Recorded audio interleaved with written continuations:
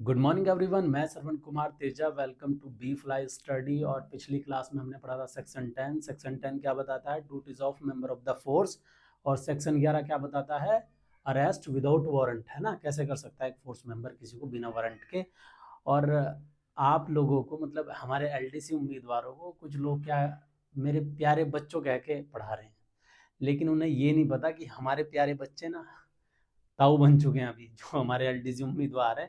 क्योंकि 2015 से 15-16 से लोग दे रहे हैं, तो मान के चल सकते हैं वो ताऊ बन चुके हैं ना। लेकिन चलो खैर, एनीवे। और हाँ, दूसरी बात ये है कि भाई जो 2017 बैच है ना, अब ये टोटली ताऊ तो बन ही चुका है, फुल्ली मैच्योर भी हो चुका है, तो इन्हें रेस्पेक्ट देना शुरू कर दो, है ना। तो क्या है कि power to arrest without warrant, any member of the force बिना वारंट के किसी व्यक्ति को अरेस्ट कर सकता है ना। विदाउट वारंट का क्या मतलब है, मजिस्ट्रेट से अनुमति लिए बिना उसको अरेस्ट कर सकता है, ये हम कह सकते हैं उसको विदाउट वारंट अरेस्ट करने का राइट है। किन किन परिस्थितियों में राइट है ये समझ लेते हैं। Any person who voluntary cause, कोई जान पूछ कर किसी को चोट पहुंचाता है या चोट पहुंचाने की कोशिश करता है, ठीक है। किसी का रास्ता रोकता है, voluntary cause to hurt. Wrongfully, गलत तरीके से किसी को रोकता है, किसको, या तो एम्प्लॉय को या किसी फोर्स पर्सनल को। इनमें से दोनों में से अगर किसी को रोकता है तो आप उसको अरेस्ट कर सकते हैं। रॉन्गफुली रिस्ट्रेन, उसको रोकता है गलत तरीके से, या गलत तरीके से उसे रोकने का प्रयास करता है। अटेम्प्ट और रोकना दोनों इसमें आ जाते हैं ना। रॉन्गफुली टू रिस्ट्रेन, असॉल्ट, उस पर हमला करता है या हमला करने की धमकी देता है। कैसे कि भाई साहब या तो आप मान जाओ, हट जाओ रास्ते से, नहीं मैं मार दूंगा, है ना। तो इस तरीके से या तो उस पर हमला करता है या हमला करने की धमकी देता है कि भाई साहब काट डालूंगा मैं। समझ में आया। तो कोई क्रिमिनल फोर्स का इस्तेमाल करता है ना। इन सब सिचुएशंस में जो हमने बताई ऊपर से, कोई क्रिमिनल फोर्स का इस्तेमाल करता है किसी एम्प्लॉय के साथ, किन में, तो भी आप उसको अरेस्ट कर सकते हो। किस सिचुएशन में, इनमें कहाँ है ये बी, सॉरी डी में क्या बताया गया है कि जो भी हमने कंपनी सेक्शन 10 में हमें पढ़ी थी कि भाई कौन कौन सी इंडस्ट्रीज में इसमें आती है, उसमें काम करने वाला एम्प्लॉय या हमारा डिप्लॉयड कोई फोर्स पर्सनल के साथ अगर उपरोक्त जो भी कोई घटना होती है, तो वो क्या कर सकता है, उसको विदाउट वारंट अरेस्ट कर सकता है। लेकिन यहाँ पे एक ट्विस्ट और है बॉस। यहाँ पे क्या है कि जब आप किसी को विदाउट वारंट अरेस्ट करते हो ना, तो उसको क्या है, प्रूव भी करना पड़ता है। अगर आप जाके कोर्ट में जज के सामने या मजिस्ट्रेट के सामने ये कहोगे, हाँ भाई साहब क्यों अरेस्ट किया, कि सर इसकी नज़र मुझे थोड़ी सी चोर वाली दिख रही थी इसलिए मैंने इसको अरेस्ट कर लिया, तो जज सीधा कहेगा, आजकल जज साहब भी खतरनाक हो रहे हैं बोलने में, वो कहेगा भाई साहब शक्ल से तो तू ही मुझे चोर लग रहा है, तो मैं तेरे को भी गिरफ्तार कर लूँ क्या। तो इसीलिए जब भी आप इस तरीके की सिचुएशन आपके सामने आए, तो आपके पास इन सब चीज़ों को प्रूफ करने के लिए सबूत होने चाहिए, ठीक है। नेक्स्ट क्या है हमारा, any person who has been concern, ऐसा कोई व्यक्ति जो किस में शामिल हो रहा है, किसी अपराध में, against when reasonable suspicion exist of his having, और वो कह रहा है कि भाई या तो वो किसी अपराध में शामिल हो रहा है या उस पर संदेह करने के सारे पर्याप्त रीजंस है कि नहीं वो छुप रहा है अपने आप को, या जैसे भी हरकतें करता है एक चोर, बाकी उनकी चाल ढाल, छुपने का तरीका, चलने का सब एक जैसा होता है ना।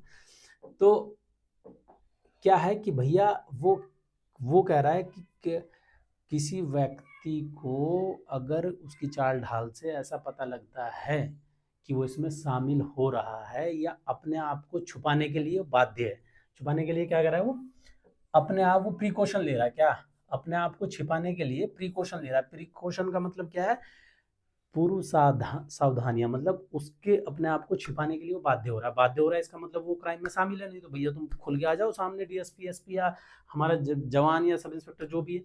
His presence under the circumstances which afford the reason to be believe that he is attacking, और उसकी जो स्थिति जो मैंने बताया कि भैया वो उसका जो वहां पे वो जो अपने आप को प्रेजेंट कर रहा है, उसकी स्थिति से ही पता लग रहा है कि भाई ये कुछ ना कुछ कॉग्निजेबल ऑफेंस करने के चक्कर में है या फिराक में है, या ऐसा आपको संदेह होता है, और संदेह करने के आपके पास रीजन हो। रीजन कौन कौन से, कि वो छुपा रहा हो अपने आप को या इस तरीके की उसकी कुछ हरकतें हो।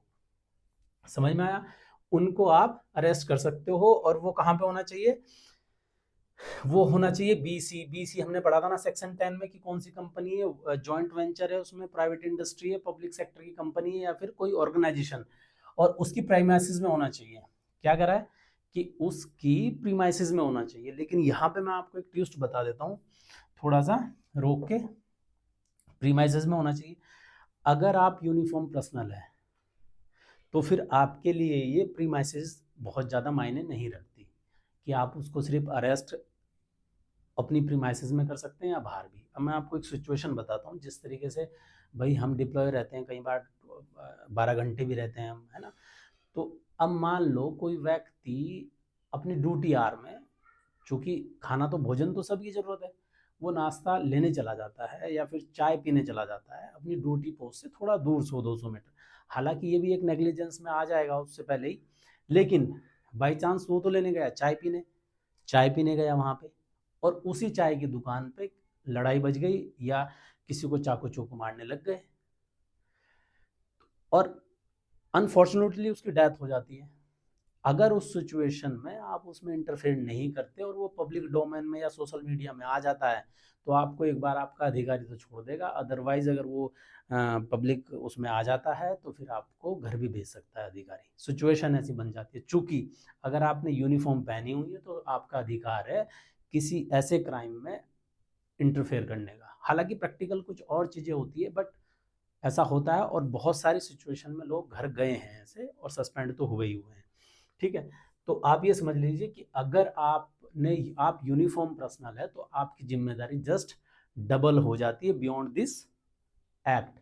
इस अधिनियम के बाहर भी आपकी जिम्मेदारी बढ़ जाती है, क्योंकि अधिनियम तो प्रीमाइसेस कह रहा है, लेकिन प्रीमाइसेस नहीं, जब प्रैक्टिकली होता है कि भैया यूनिफॉर्म पर्सनल है तो आपको करना पड़ेगा, आपको सब कुछ सिखाया गया है उसको।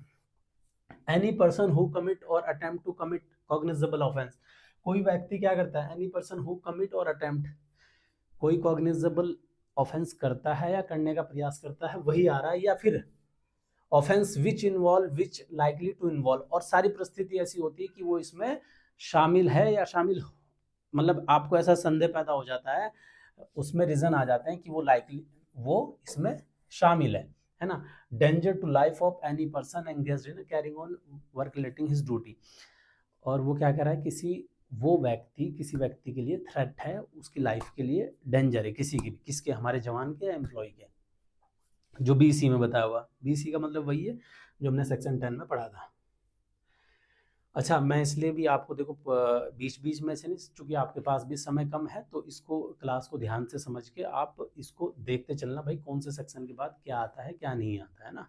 अब आप सेक्शन 10 पढ़ोगे तो सेक्शन 10 में इसका इंट्रोडक्शन दिया हुआ है थोड़ा सा, वैसे तो हमने पहले ही इसका डेफिनेशन में भी हमने पढ़ाया हुआ है, लेकिन सेक्शन 10 में भी हमने बताया हुआ है। तो अगर आप सेक्शन 10 को पढ़ोगे तो आप इसको इजिली समझ जाओगे, नहीं तो कन्फ्यूज रहोगे कि ये बीसी क्या है।